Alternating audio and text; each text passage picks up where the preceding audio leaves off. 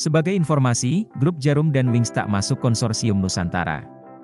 Keduanya dipastikan tak masuk dalam daftar anggota konsorsium Nusantara dalam dokumen Kaleidoskop Investasi Ibu Kota Nusantara, IKN, 2023 yang dipaparkan oleh Otorita IKN. Namun Menteri Investasi, Bahlil Lahadalia sebut investasi IKN Nusantara tetap jalan. Bahlil menyatakan, kedua grup konglomerat itu sejak awal memang tidak masuk konsorsium yang dipimpin Agung Sedayu Group itu. Bahlil bisa memastikan hal itu karena sejak awal ia ikut menangani masuknya konsorsium Nusantara ke IKN.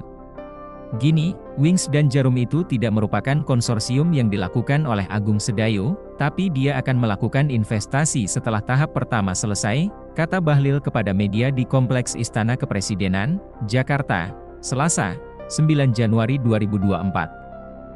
Mengutip pemberitaan Kompas TV sebelumnya, nama grup Djarum dan Wings dikabarkan tak lagi masuk dalam konsorsium Agung Sedayu Group, ASG, yang akan berinvestasi di IKN.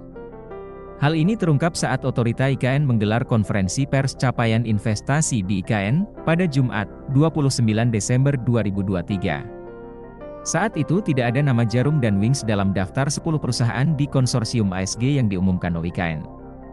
Nama kedua grup konglomerat itu digantikan oleh Kawan Lama dan Alfamart.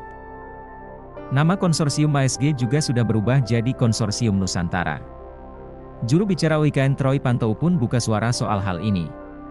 Ia menyatakan, perusahaan dalam konsorsium Nusantara justru bertambah, bukan berkurang.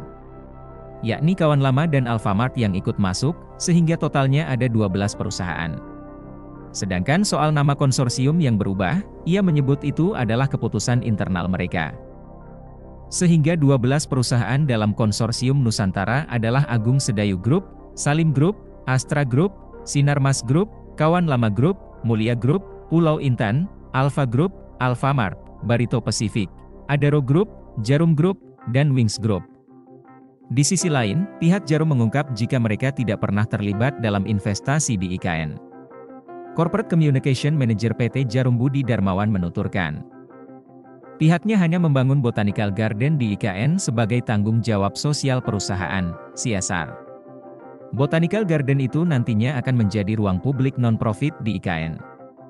Proyek itu kini masih dalam tahap perancangan dengan target groundbreaking yang masih akan disesuaikan.